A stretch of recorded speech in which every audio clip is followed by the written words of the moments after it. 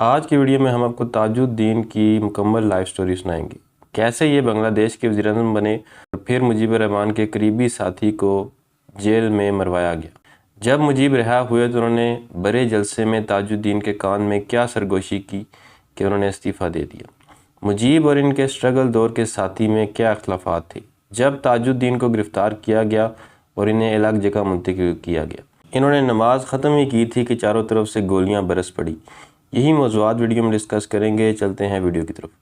مارچ 1971 کو جیسے ہی پاکستانی فوج نے ڈھاکہ میں آپریشن سرچ لائٹ شروع کیا، عوامی لیگ کے جنرل سیکرٹری تاج الدین احمد اور ڈھاکہ کے ممتاز وکیل امیر الاسلام خفیہ مقام پر منتقل ہو گئے۔ یہ دونوں اس وقت پاکستان کی قومی اسمبلی کے رکن تھے اور اگلے 2 دن انہوں نے ڈھاکہ کے علاقے لال متیا میں گزارے۔ یہ جگہ شیخ مجیب الرحمان کی دان منڈی میں رہائش گاہ سے زیادہ دور نہیں تھی۔ اس کے بعد وہ انڈیا کی سرحد کی طرف بڑھنے لگے۔ 3 دن تک پیدل اور بیل گاڑیوں پر مسلسل سفر کرنے کے بعد وہ ضلع کشتیہ کے علاقے میں پہنچے جو انڈیا کی سرحد سے متصل ہے۔ 30 مارچ کو توفیق الہی چودھری نے سرحد پر تعینات بارڈر سیکورٹی فورس کے افسران کو پیغام بھیجا، مجیب کے قریبی ساتھی عوامی لیگ کے 2 سینئر رہنما سرحد پر پہنچ گئے ہیں۔ اگر ان کا سرکاری مہمانوں کے طور پر استقبال کیا جاتا ہے تو وہ انڈین وزیر اعظم سے ملنا چاہیں گے۔ بی ایس ایف حکام نے یہ اطلاع اپنے آئی جی گولک مجومدار کو دی اور مجومدار نے فوراً اس کی اطلاع دہلی میں اپنے سینئر افسر کے ایف رستم کو دی۔ نیو مارکیٹ سے کپڑے خریدے۔ جب وہ وہاں پہنچے تو رات کا 1 بج چکا تھا۔ اس وقت تک کولکتہ کے تمام ہوٹل اور دکانیں بند ہو چکی تھی۔ رستم جی ہمیشہ ہنگامی سفر کے لیے کپڑوں کا ایک بیگ تیار رکھتے تھے۔ انہوں نے اس میں سے پاجامہ نکالا اور اپنے مہمانوں کو پہننے کے لیے دیا۔ مجومدار نے سب کے لیے چولہے پر آملیٹ بنائے۔ اگلے دن ایک آدمی کو کولکتہ کی نیو مارکیٹ بھیجا گیا۔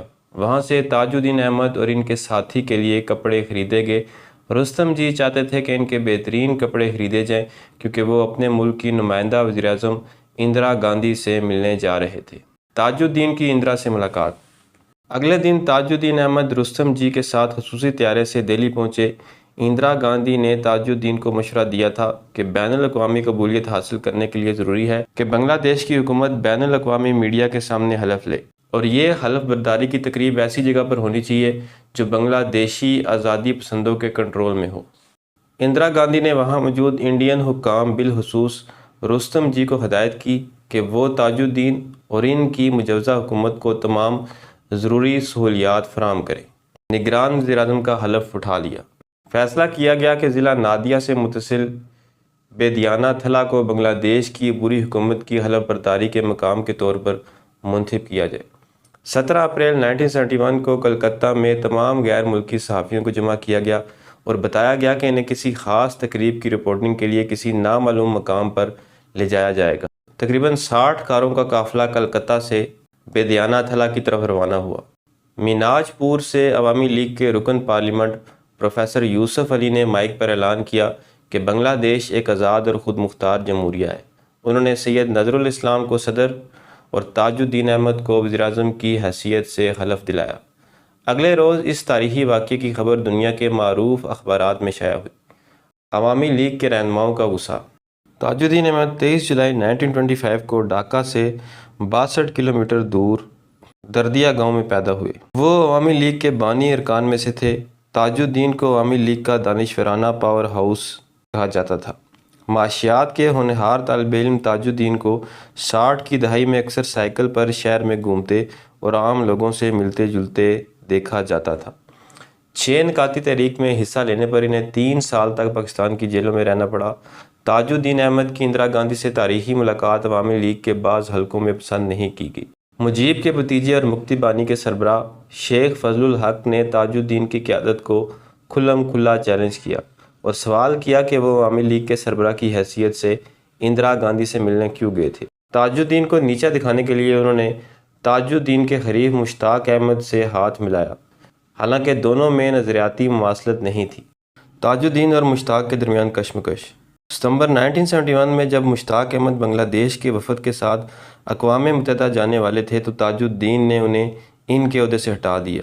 اس کے لیے مشتاق نے انہیں کبھی معاف نہیں کیا اور خیال کیا جاتا ہے کہ بعد میں یہی رنجش تاج الدین کے قتل کی وجہ بنی۔ بنگلہ دیش کی آزادی کی جنگ کے دوران وہ آرٹ تھیٹر روڈ کلکتہ میں اپنے دفتر کے ساتھ ایک چھوٹے سے کمرے میں رہتے تھے۔ وہ ایک سادہ چارپائی پر سو گئے۔ ان کے پاس چند کپڑے تھے جو انہوں نے ہاتھ سے دھوئے۔ تاج الدین احمد کے خلاف غلط معلومات کی مہم۔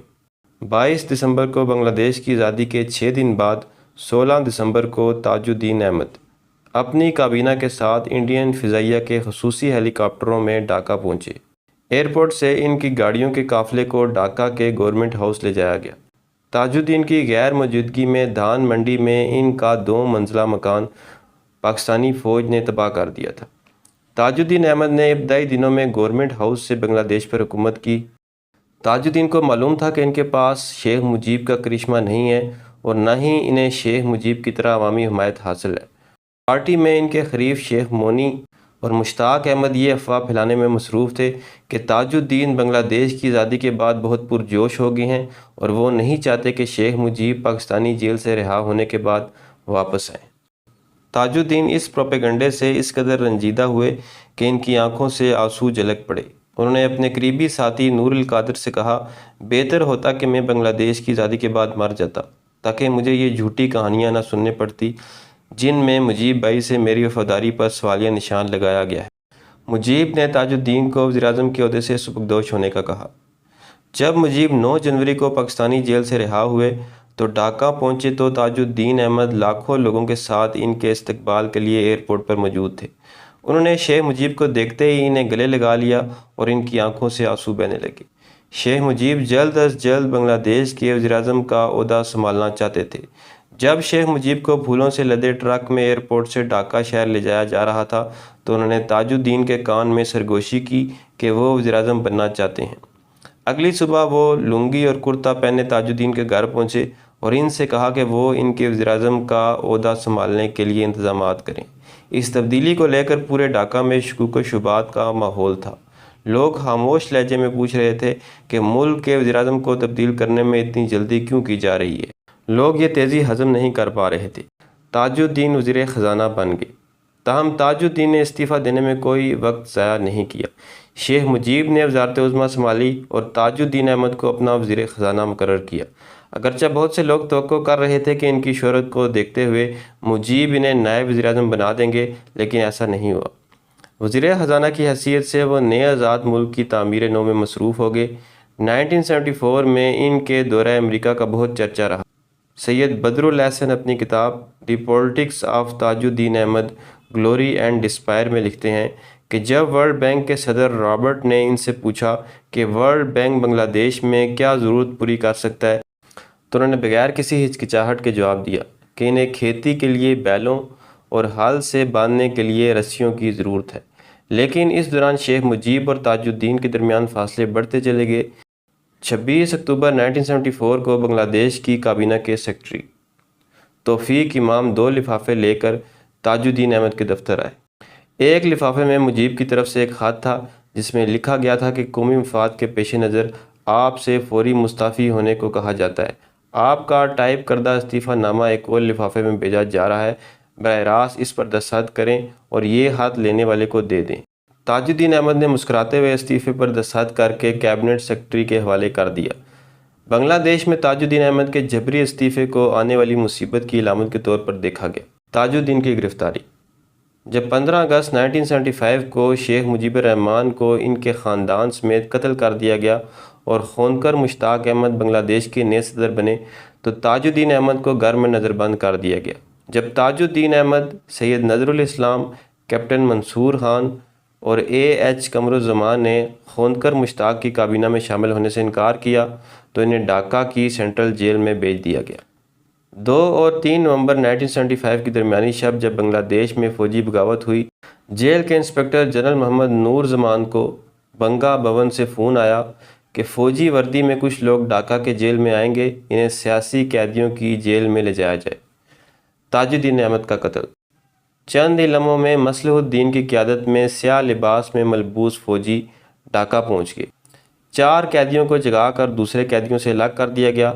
تاج الدین اور نظر کو 6 قیدیوں کے ساتھ ایک کمرے میں بند کر دیا گیا۔ ان 2 کو اور منصور علی اور قمر الزمان کو دوسرے کمرے میں لے جایا گیا۔ جیلر امین الرحمان کو ان قیدیوں کی شناخت کرنے کے لیے کہا گیا۔ اس دوران تاج الدین سارا معاملہ سمجھ گئے۔ اس نے جیلر سے نماز پڑھنے کی اجازت مانگی۔ جیلر نے اس کی اجازت دے دی۔ جیسے ہی نماز ختم ہوئی، کیپٹن اور اس کے ساتھیوں نے ان چاروں پر فائرنگ شروع کر دی۔ عوامی لیگ کے چاروں رہنما زمین پر گر پڑے۔